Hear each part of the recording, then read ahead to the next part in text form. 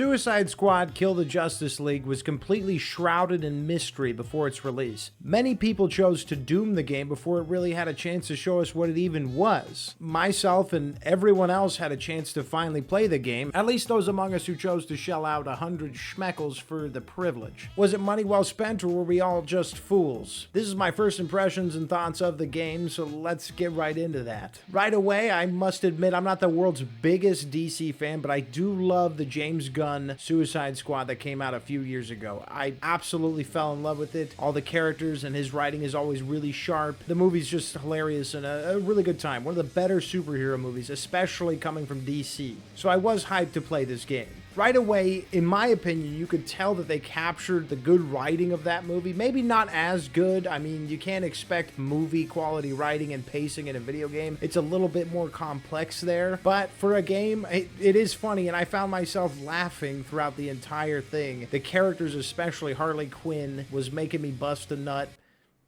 Don't get sussy about that, okay? Okay, so we gonna do the murder each other thing or what? Because I'll be straight with you. I'd kill anyone to get out of here. I'd kill you. I'd kill myself. Nobody's killing But everyone in general was really funny. And the main bad guy, at least what it seems like the main antagonist, Amanda Waller, is very intimidating and kind of a dickhead as things go on. By the way, I'll try to keep it clean in the sense of scrubbing it of any spoilers when I do some editing, but I might miss some. Story and characters and laughs aside, which there are plenty of good moments in the story. I've seen some people reporting on pacing issues. I haven't really seen that. Maybe it's just because they're not going through the story directly, or they're going too fast through the story. I'm not sure. The game is an open-ended experience. If you play it normally, you'll probably have a pretty good time doing so. Don't rush the story or anything. Speaking of which, some people claim the main story was 9 hours long. I don't think that's the case. We have played 5 hours, and we've been playing it, trying to do the main missions, but stepping off a little bit here and there to do side quest stuff if we see it, because, like, that's how you're supposed to play a video game, right? And we've only just versed the first boss about 5 hours in, so I'm not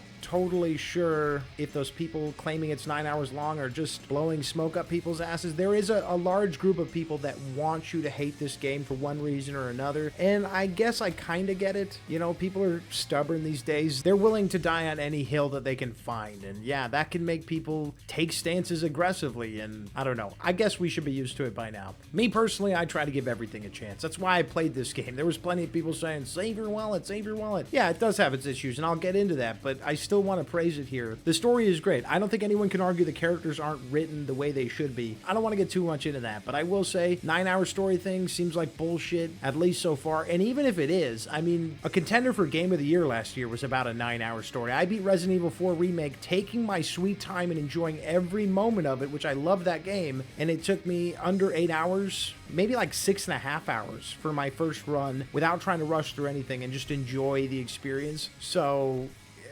yeah, I mean, where are we coming out with every story needs to be 250 hours long like The Witcher 3? Okay, that's a one-off, and it's great, and I fucking love The Witcher 3, but you can't expect every game to give you 250 hours of a main quest line. And considering this game's biggest draw is that the end game is supposed to be super fleshed out and super fun, that's why they wanted to make it a games as a service, not defending games as a service. I don't need to rant about that unless you want me to, and I will be complaining if that is how it goes, if the first boss is halfway through. That's freaking weird. Just as important as the writing, the gameplay itself is super good. It is very fun to traverse. All 4 characters have their own traversal methods, and they're talking about adding more characters, so I'm interested to see what they do with their traversal methods. Obviously, you can't just copy and paste Deadshot or Harley Quinn. All of them are very unique and very interesting and fun to maneuver. Harley Quinn basically makes the game Spider-Man, which is really cool, but it's a co-op Spider-Man, which is what Spider-Man 2 should have been. That maybe would have won them the Game of the Year, a bunch of awards, because we all know they got snubbed for every single award, which is hard to watch, but what are you gonna do?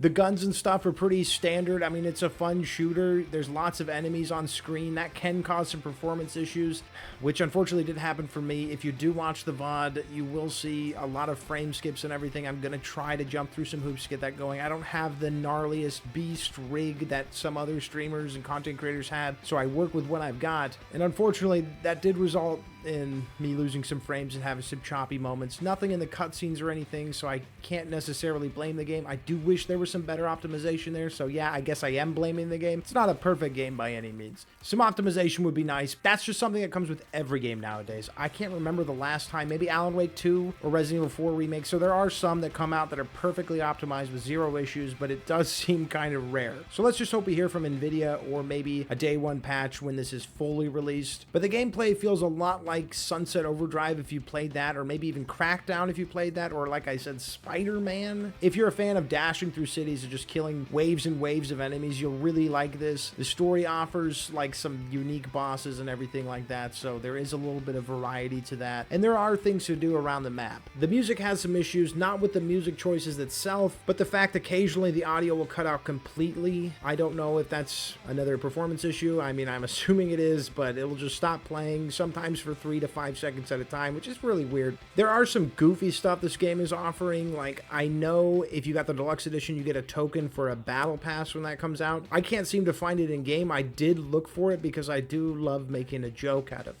memes and games, and single player or co-op experience PvE game is not something you really expect a battle pass from, so I had to look for it, but it's not there yet. Either that or I'm too stupid to find it. It could be either one. If you know where it is, go ahead and let me know, please. I couldn't help but notice when I started the game, it also told me it was preferred controller method. I don't play anything with controller outside of Rocket League and some platformers, but I didn't feel any necessary want to use a controller, so I don't know what the hell that's talking about. I just didn't feel the need to plug in a controller at any point. You could totally play this with mouse and keyboard. Do not be gaslit by Steam popping up and telling you that you should be using a controller. That's weird.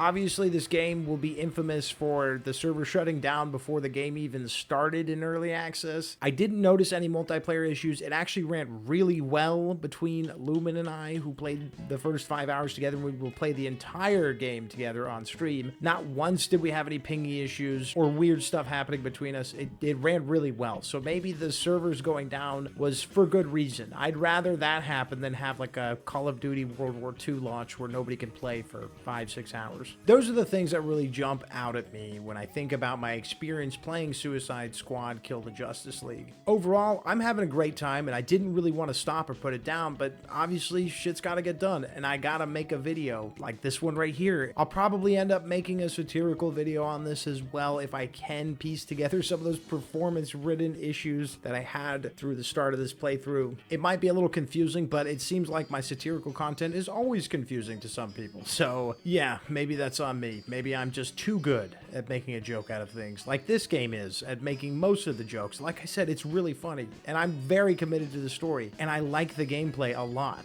So all the doom and gloom kind of was stupid. This isn't Cyberpunk 2077, not that it could be compared to that, because people really expected a lot from that game and then got shit on. This is quite the opposite. A lot of people claimed it was a waste of time, when in reality, I think most people would have a lot of fun playing this. Now, could I say that you should shell out $100 to play it right now? That's tough. That's tough for anybody. But I do think giving the game a chance, or even just watching somebody play it for the story, is a good idea. What do you think? Did you enjoy your time with it? Did you enjoy watching somebody play it? Or did I play too much Harley Quinn to the point where my brain is rotten and I don't know what I'm talking about and I've gone completely insane? Or more insane. Probably the latter. Bye!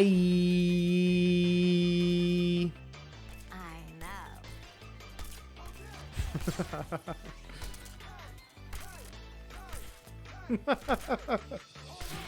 This feature might be the best feature in the game. Ain't no assassinate sauce. I'm a hero,